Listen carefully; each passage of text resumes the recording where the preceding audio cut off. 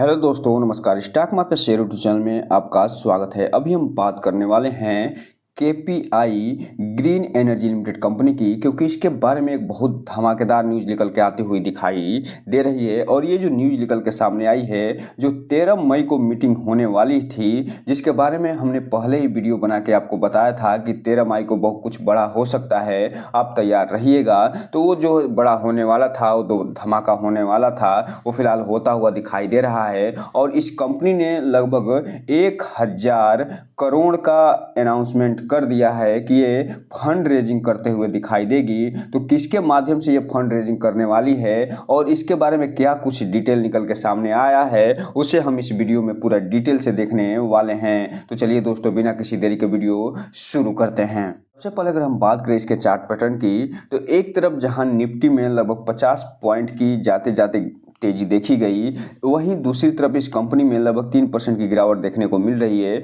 और ये जो कंपनी 1800 से ऊपर हुआ करती थी, ये फिलहाल 1795 रुपये पर ट्रेड करते हुए देखने को मिली है। वहीं अगर हम बात करें 5 दिन के चार्ट पैटर्न की, तो 5 दिनों में इस कंपनी ने लगभग 13% का निगेटिव रिटर्न निकाल के दिया है। जबकि बात करें एक महीने के चार्ट पैटर्न की, तो एक महीने में इस कंपनी ने अभी भी 6% का रिटर्न निकाल के देते हुए नजर आ रही है। जबकि 6 महीने की बात करेंगे तो ये जो कंपनी का पूरा स्ट्रक्चर चेंज होता हुआ दिखाई देगा और ये जो कंपनी है लगभग 150% का रिटर्न निकाल के देते हुए नजर आएगी। वहीं अगर हम बात करें एयरटेल डेट की, तो लगभग 88% का रिटर्न निकाल के इस कंपनी ने दिया है। जबकि बात करें एक साल के चार्ट पैटर्न की, तो एक साल में इस कंपनी ने लगभग 450% का रिटर्न निकाल के दे दिया है। वहीं अगर हम बात करें मैक्सिमम चार्ट पैटर्न की, तो मैक्सिमम में ये जो कंपनी जब से लिस्ट हुई है तब से लेके अभी तक 900% का रिटर्न निकाल के दे चुकी है।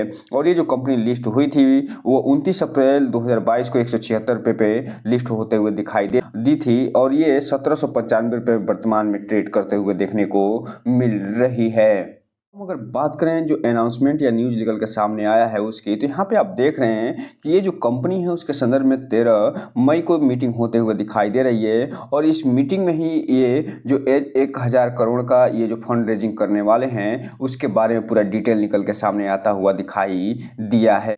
तो हम अगर बात करें कि जो डिटेल निकल के सामने आया है उसकी, तो यहाँ पे आप देख रहे हैं कि डेट वही पड़ा हुआ है 13 मई, और ये लगभग 10 बजे के आसपास ये मीटिंग होते हुए दिखाई दी थी सुबह में। और उसके बाद ये पूरा डिटेल जारी होता हुआ दिखाई दिया था। अर्थात ये जो न्यूज़ निकल के सामने आई है उसका प्रभाव मार्केट पर भी देखने को मिला है। और ये जो फंड रेजिंग करने वाले हैं 1000 करोड़ का, वो फिलहाल QIP के माध्यम से फंड रेजिंग करते हुए दिखाई देंगे।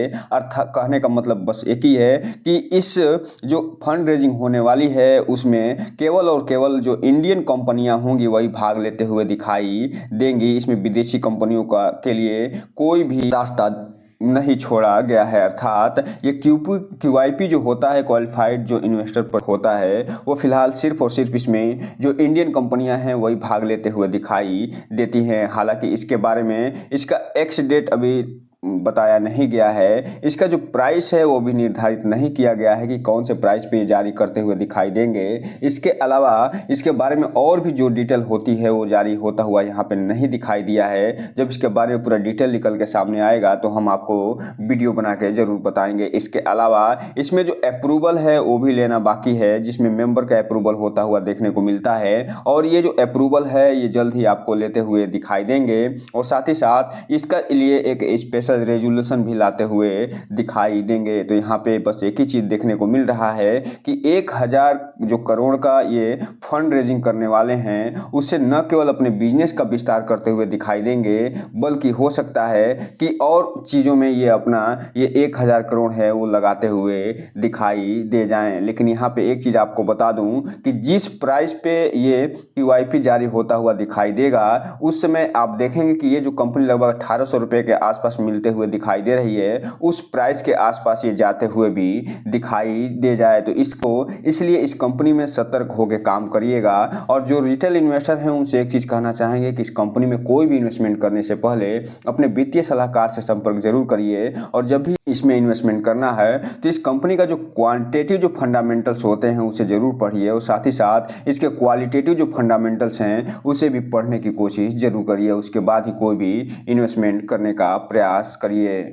पे अगर हम बात कर लें इस कंपनी के 52वीं हाई और लो की, तो यहाँ पे आप देख रहे हैं कि ये जो कंपनी है अभी हाल ही में 2109 रुपये का 52वीं हाई बनाते हुए दिखाई दी है और इसका जो 52वीं लो है वो 320 रुपये पर होता हुआ दिखाई दे रहा है। तो इस हिसाब से आप देख सकते हैं कि इसके 52वीं लो और हाई में अच्छा खासा अंतर होता हुआ देखने को मिल रहा है। इसके अलावा अगर हम बात करें इसके मार्केट कैप की, तो ये जो कंपनी है अभी इसका जो मार्केट कैप है मात्र और मात्र लगभग 10,500 करोड़ का होता हुआ दिखाई दे रहा है। अर्थात इसमें अच्छी खासी अभी अपॉर्चुनिटी बाकी है, इस कंपनी को अच्छा खासा अभी बढ़ना है। इसलिए ये जो कंपनी है जिस क्षेत्र में काम कर रही है वो है सोलर एनर्जी क्षेत्र, और सोलर एनर्जी क्षेत्र में जो वर्तमान गवर्नमेंट है वहाँ से भी सपोर्ट मिलता हुआ दिखाई दे रहा है। और चूंकि आप जान रहे हैं कि वर्तमान में अभी लोकसभा चुनाव का जो 4th चरण है वो बीतता हुआ दिखाई दिया है, तो अगर ये जो वर्तमान गवर्नमेंट इसमें रिपीट होते हुए देखने को मिलती है तो इस कंपनी में फिर से तेजी आती हुई दिखाई देगी। और ये जो कंपनी है फिलहाल 1800 रुपये के आसपास जो मिल रही है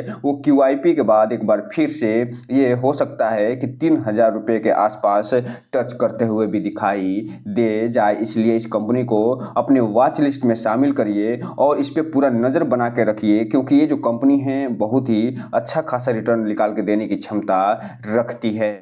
यहीं पे अगर हम बात कर लें थोड़ा शेयर होल्डिंग पैटर्न है उसमें, तो यहाँ पे आप देख रहे हैं जिसका जो फिलहाल शेयर होल्डिंग पैटर्न में कोई बदलाव देखने को नहीं मिल रहा है। और दिसंबर 2023 के जो क्वार्टर बीता था उसमें जहाँ इसके प्रमोटर के पास मात्र जो 53% होल्डिंग बनी थी वो अभी भी बनी हुई है और फरवरी में भी वो इतना ही बनते हुए दिखाई दी थी। इसके अलावा ये जो पब्लिक है, पब्लिक के पास भी लगभग यहाँ पे आप देख रहे हैं कि 47% के आसपास होल्डिंग बनी हुई थी और ये सेम अभी मार्च 2024 का जो क्वार्टर बीता है उसमें सेम इतना ही बनता हुआ दिखाई दे रहा है। अर्थात प्रमोटर की जो डिसेंट होल्डिंग होनी चाहिए 50+% वो फिलहाल होता हुआ इसमें दिखाई दे रहा है।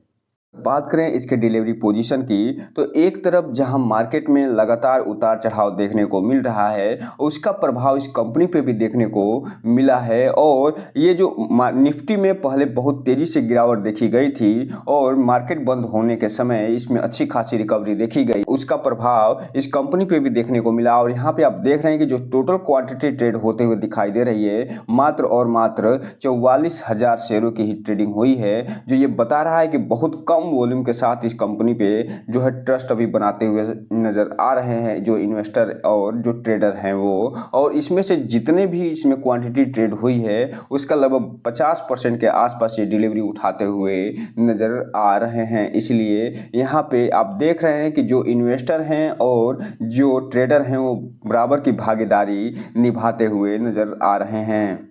हालांकि इसमें एक कंसर्निंग पॉइंट जरूर निकल के सामने आ रहा है कि इसका जो वॉल्यूम बन रहा है वो बहुत ही कम बनता हुआ दिखाई दे रहा है। अब ये देखना दिलचस्प रहेगा कि जब आज मार्केट खुलेगा तो इस कंपनी में क्या गिरावट देखने को मिलती है या तेजी। तो दोस्तों ये रहा आज का वीडियो, इस चैनल को लाइक करें, सब्सक्राइब करें और बेल आइकन हिट करना तो बिल्कुल ना भूलें ताकि नए वीडियो की जो अपडेट्स है आपको ऐसे ही समय पे मिलता रहे। जय हिंद दोस्तों।